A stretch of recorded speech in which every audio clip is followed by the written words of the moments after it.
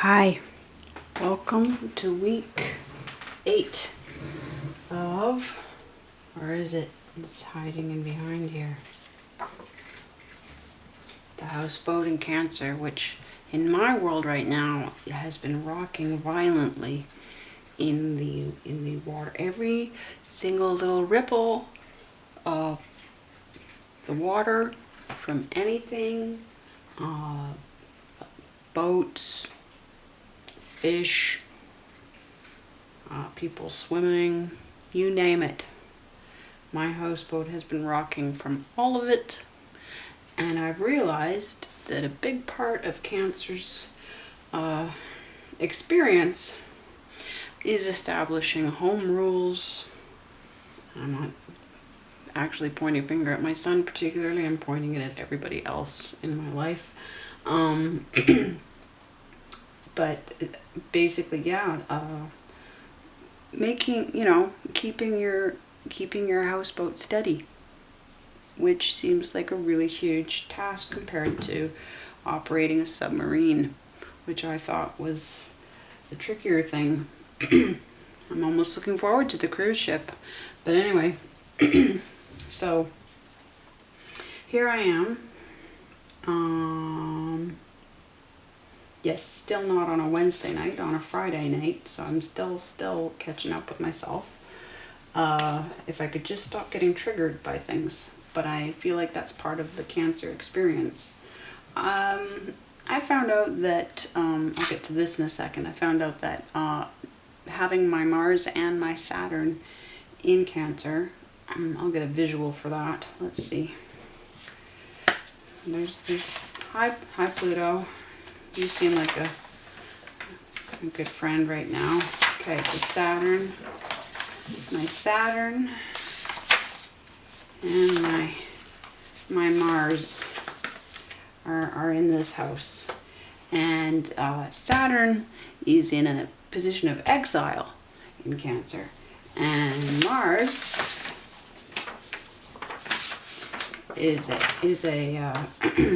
is in fall, and it's fall, and it's like as in falling, as in descent in a bad way. And so it is both of these planets in Cancer.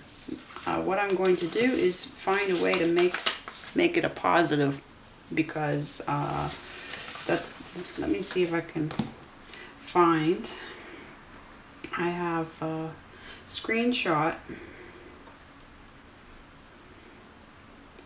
I won't find it fast enough, of course.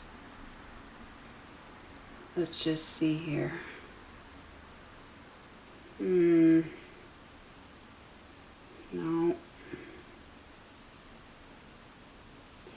Let's see here if I can. Oh, that's going to do it all wrong. In the, not that I am a Kabbalah fan, but I might as well know this.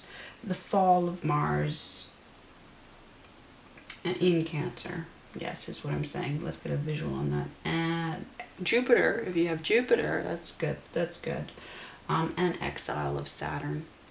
Exile of Saturn. So, sorry it's not bigger, bolder. I wanted to keep all the information. I haven't cropped it yet. So let's just, another thing is, now going into Stellarium, since this week is the Constellation. Let's just put this over to the side momentarily. Am I still recording? Yay! Okay. Sorry, I just said that right into the microphone. In Stellarium, here's the thing that caught my eye. Now I have it reversed, but I'm just kind of wondering what the heck that leg is there for. So but I mean, I get it. You can draw that there. I don't have it in here because traditionally it's not included. If we go to, I changed out Bobby so that his privacy is protected, yes. Ask me later. So, and here's the nice music for Sky Safari. But if we go here You won't be able to see it here, but there's this, and this. There's no over here, right? And that's the traditional constellation. So I went in and I got from both this app and Stellarium the information, yes, on the stars. And what I found out, what I found out, no, is that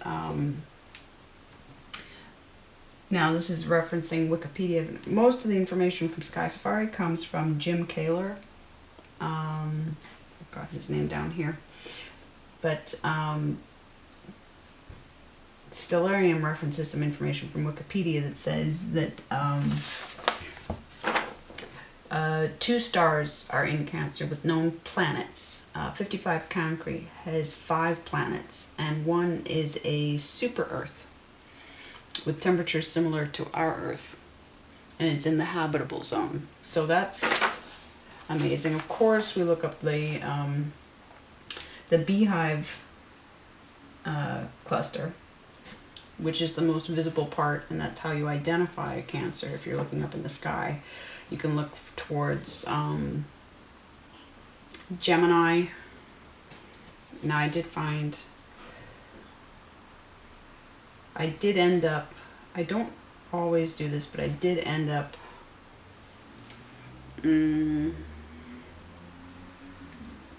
just getting it here on one video. I'll give her credit. But see, here we go. The traditional, yes. And so then this is the beehive cluster that you can look for first, right? So that's what's right there. And then there's Leo. There's part of Leo. And here's, okay, so new, how to find Cancer, the crab zodiac constellation is the name of the video. And it's from Learn the Sky channel. And they help you identify everything there. So there's Cancer there. So that's, I've been getting more and more into that. What else? So then what I ended up, can I give it credit? I'm going to give it credit if I can. I took screenshots of everything because it was absolutely fascinating. The comments to a video that I didn't listen all the way through. Oh, and then of course Cancer, the zodiac sign, the Kabbalistic astrology, you know, it gives more of, you know, and it's important to know what they have to say. So why is Cancer the name of a star sign and a disease? One thing I want, before I get into what happened in the comments section to this video, everybody started coming in from all over the world with how similarly for them and their languages, it's such a strange thing that both the constellation and the disease share the same name across multiple cultures and languages. So what's with that? So I took screenshots of that. And I'll either print up the screenshots on here, like in a separate page, or I'll just write it out. But one thing I noticed was that Ptolemy in the Sky Safari notes, Ptolemy, the one and only, described the beehive cluster as a nebulous mass in the breast of Cancer. Strange, isn't that? A nebulous mass in the breast of Cancer. Now, what's interesting for me is my mother died of breast cancer. And so my 4th house is all about a nebulous mass in the breast of Cancer. Yes? So, what is that? Is that those guys playing, having a laugh, or what? Just, you know how these things are more than interesting. So, I haven't written anything here yet, but I'll read out. Now the thing is, also I should point out, the discrepancy, I'm going to back it up. Enough other cultures don't think of this as a crab. They say crayfish or lobster. Let's see here. There were very good comments about cancer disease, cancer, you know, phonetics, not phonetics, etymology, the word origins. Icelandic, the word for cancer is krabbemein. Sorry, I shouldn't even dare to pronounce these. Crab harm. And then somebody pointed out Cancer is ruled by the crab because it represents the time of year when the day begins to shorten, beginning with the summer solstice, making it appear as though the sun is going backwards or downwards along the ecliptic, similarly to how the crab crawls backwards. Libra is represented by the scales because the days and nights are equal in length. Basically, the zodiac describes the journey of the sun through the seasons. It actually has nothing to do with the constellations. Now, that's true and it's not true, because then the constellations, that would only be relevant to northern hemisphere, right? It's not going to apply. It all falls apart once we go to southern hemisphere. But in terms of why they're thinking of a crab, possibly because if we just stick with this is why other people have, you know, likened it to a crayfish somehow, or a lobster. Looking at it in another. And then, of course, cancer, the illness is not a collection of diseases. It's a cellular condition that can attack any part of the body. So all kinds of, I recommend this video just for the comments.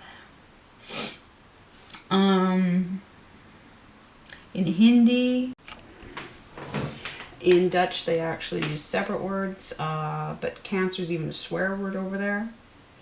But the Dutch refer to this constellation as the lobster, so they call it kreeft. I'm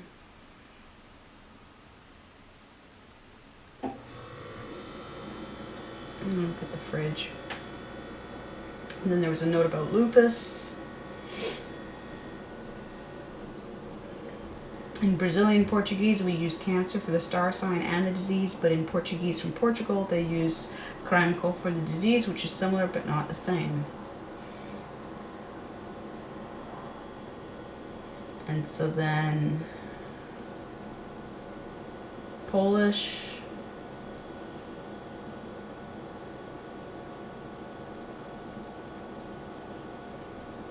I'm a Cancer, and I've read that one of the characteristics of Cancer star sign people is that they're very interested in the past and in history, which is 100% true for me. And then I read what the connection is with the sea creature. It's because crabs often move backwards.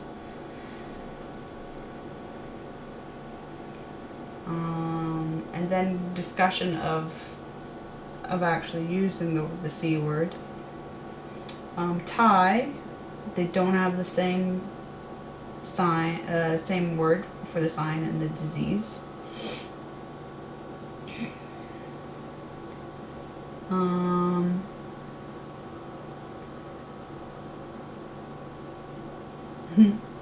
Yes, there were some jokes that I kept track of. Crawfish in Swedish times. Norwegian still called kraft. And on it goes. Germany, Russian. So, Arabic. In Arabic, well, which kind of Arabic, because there are multiple kinds, but the word saratan, and so same in Hebrew, refers to the disease, the animal, and the zodiac sign. And so there's enough there that's just quite something. What is it? It's like a huge, if you want a conspiracy, that's like one of the first conspiracies to start with, is the name, the triple meaning. So I don't have it written down yet because I haven't figured out if I'm going to write it down or if I'm going to print it or open up a separate document, do what I did with the photo diary, and then print them in. But I can say, in terms of reviewing this and this.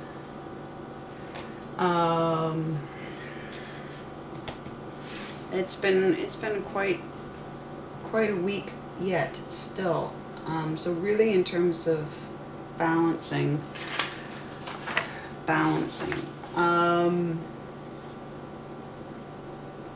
Now for the moon, since this is just particular to me, yes, let's get out moon information as well. Black Moon Lilith.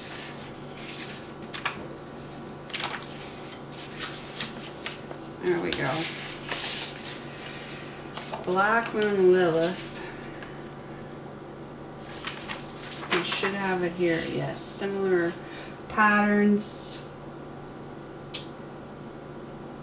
13, 26, 39. Yes, because that directly correlates to my mom's death. The lawsuits that I went through for 6 years, it correlates with the beginning and end of them. I could look at the lunar nodes as well, the north and the south node. But if we look at the moon, roughly ages 4, 8, and 13-ish.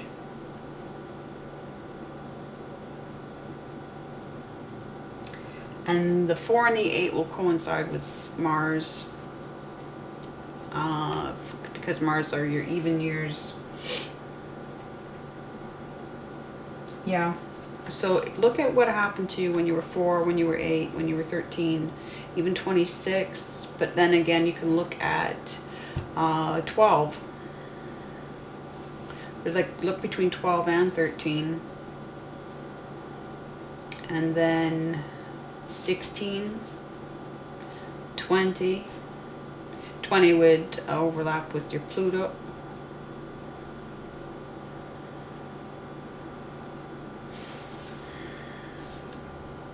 And how does it, so I find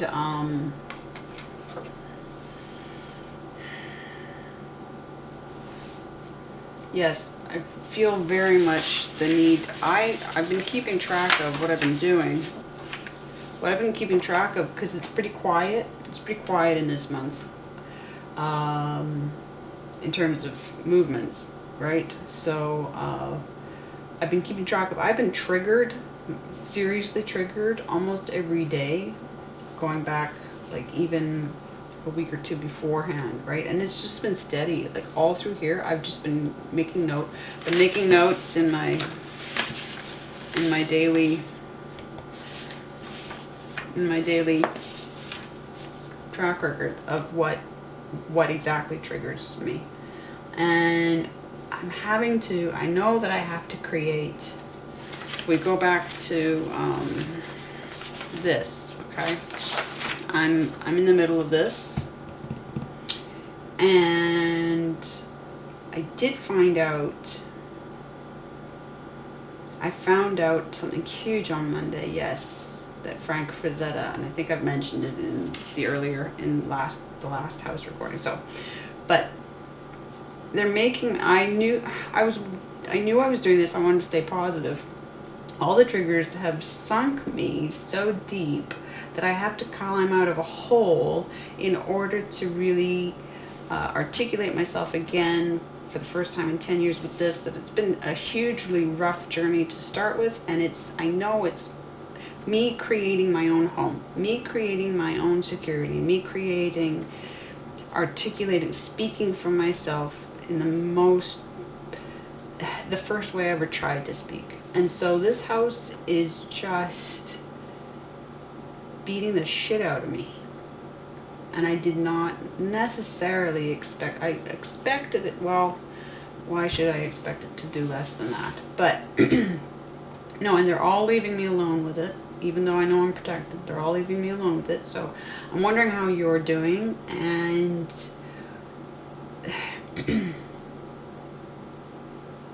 I know that I just have to, I am knuckling down, but I've been knuckling down forever. But this is like I don't even know if it's the last huge, you know, thing to do. I feel like there's no end to the huge things that you're doing. So I've been working on the site, but it took me, I can't believe the number of attacks that have happened this week that I had to primarily get myself back into even just a normal functioning state. I'm not even back to normal functioning. You know, one day was just like a panic attack that required going for 4 different walks. So what I'm doing is I'm studying that. I'm accepting it and I'm studying it as part of the houseboat experience. And I know that, so Cancer House is about establishing for yourself even more than coming to grips with the past, with roots, with everything else. Creating your own, and that's why I wanted a houseboat for movable roots. Yes, the idea that, yeah. Now the thing is where do you set your anchor? Where do you drop anchor? And how much say in that do you have? What is the free will? And this conscience thing, and this looking after everybody else thing, and then having to look after yourself. So this putting the mask on the oxygen mask on yourself before you put it on anybody else really comes home to roost. And so it's gonna be a shorter month, but it's gonna be intense as hell. And I really hope that this is done by the end of it, which I wanted anyway. I don't understand why it had to get really harsh. That's what I don't understand, except for pushback. What do we say about that temperance? The more you push nature, the more she pushes back. But I feel like, I don't think it's good stuff that's pushing back. I feel like it's negative stuff that's pushing back.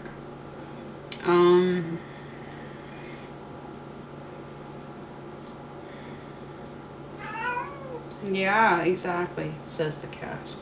So, I don't even know what to say. What are we looking at for next week? We're looking at the birth chart aspects. Yes, that's what we're looking at for next week. I have part of it. Yep. This is what we're getting into next time.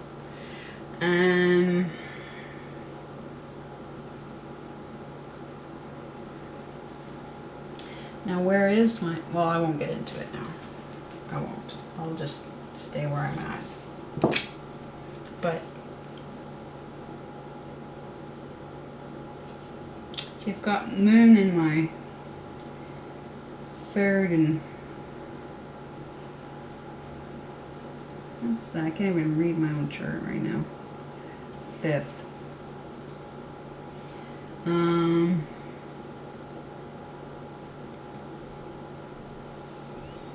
No, this is, no, you know what? I just don't even know what to say. So I can say this. I can say that right now I'm in my 4th. I'm just finishing up my 4th house. I'm in my 4th to 5th to 6th houses. So we're not all me.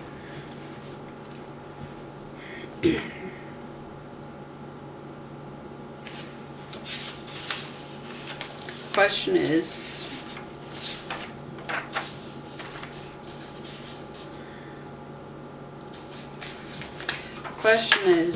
this connection, the fact that there's another Earth. There's a habitable Earth. There's a habitable Earth. Where's 55?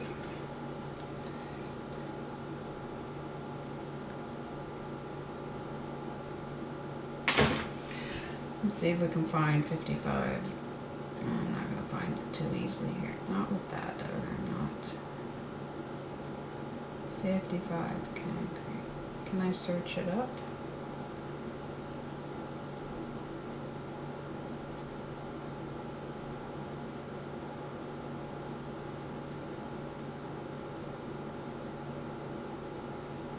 No.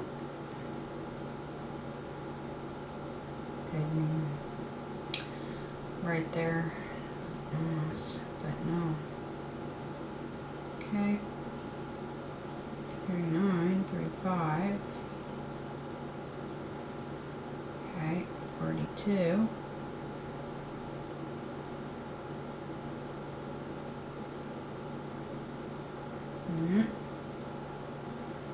Could be anywhere though, couldn't it?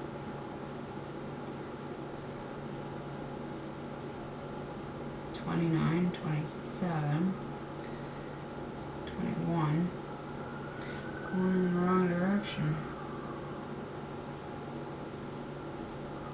60, 50, 45. Somewhere. 54. Oh, so close. 52.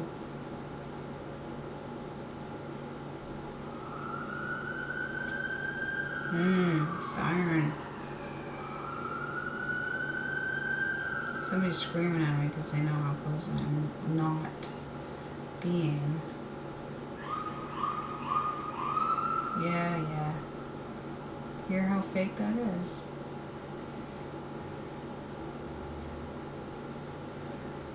Oh my goodness me. Well, what's that one? They're going to be hiding it. They're going to be hiding this other Earth.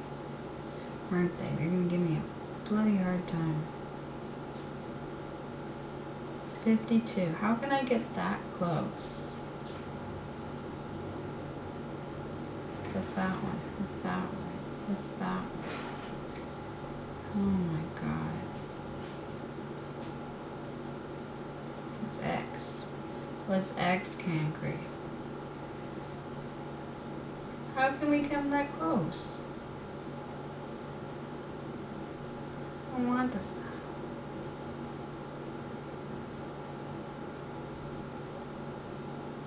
They're hiding it. Okay. Oh.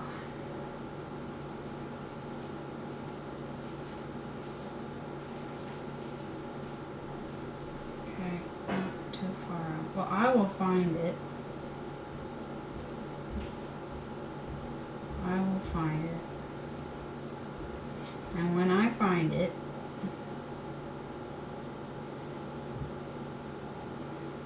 RTK. This is ridiculous. They're hiding it. FX. What's FX? Okay, well 54. They won't even give me any information on that. Okay. I wonder if Sky Safari can show us. No, not Bixby.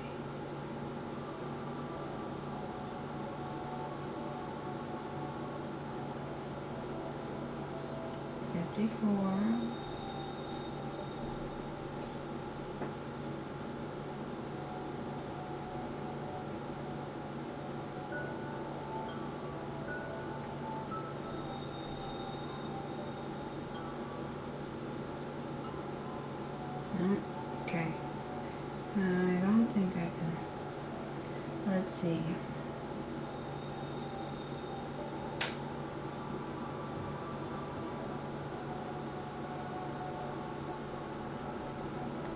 Okay.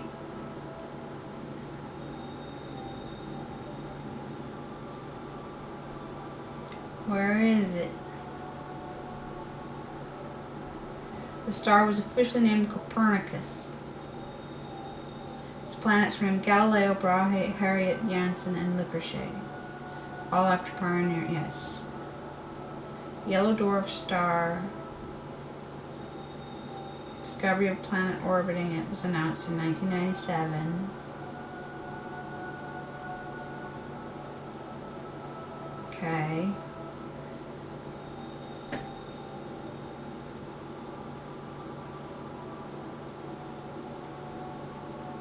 Okay, show me where it is. How do I... Will it show me now? Nope. Okay. Then I will deal with that. What a frustrating... Okay, so anyway, let's leave it there for now. This is so... This is typical of the energy that I'm feeling from this. I think there's a conspiracy. That's what I think. I think because Cancer's so important that it fits my theory that this is a prison planet universe, pocket of the multiverse, and their big joke was that they planned this ahead of time, and that's why Ptolemy says there's a nebulous mass in the breast of Cancer. Things like that. And so for everyone who has suffered with Cancer, what a joke to name it this. What a nasty joke. I do love, I mean, of course, the comments about the 69. Yes, I know, crab claws, but we all know. I mean, it's just further to the point, isn't it? Although I think Cancer is actually, well, it's the heartbeat, isn't it?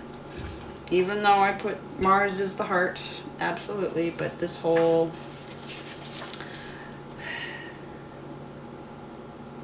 This is where you establish yourself as your base, as your own security. And the fact that Cancer's like the faintest or one of the faintest constellations in the sky. And yet, Altarf, the brightest star in Cancer, is 660 times brighter than the sun and 53 times bigger than it, even though it's dying. It also has a companion, and they take about 76,000 or more years to orbit each other. There are at least 1,000 objects in the Beehive cluster, equal to 500 to 600 suns.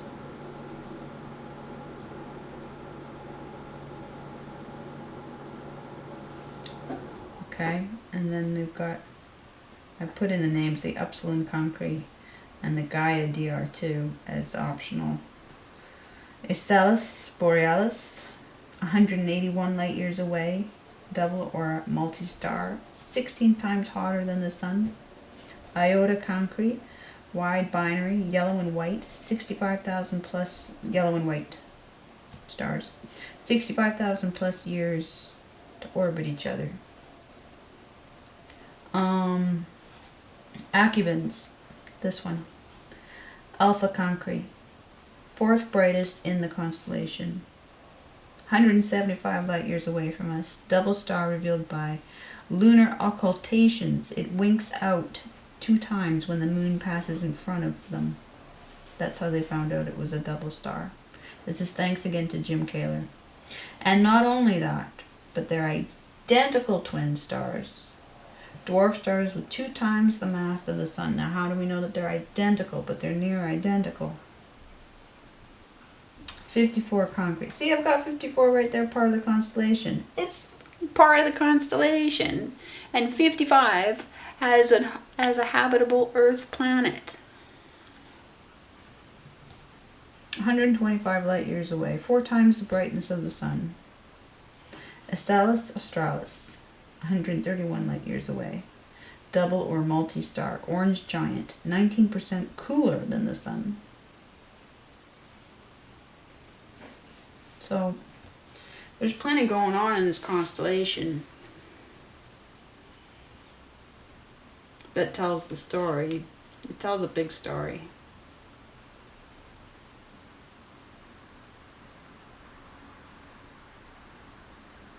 It tells a very big story with a habitable Earth. Now the problem being, yes, it belongs to Altarf, and that star is dying. That star is dying. So So what's going on for them, eh? What's going on for them? Okay, so yes, who's living on that earth? God, that's running right through me.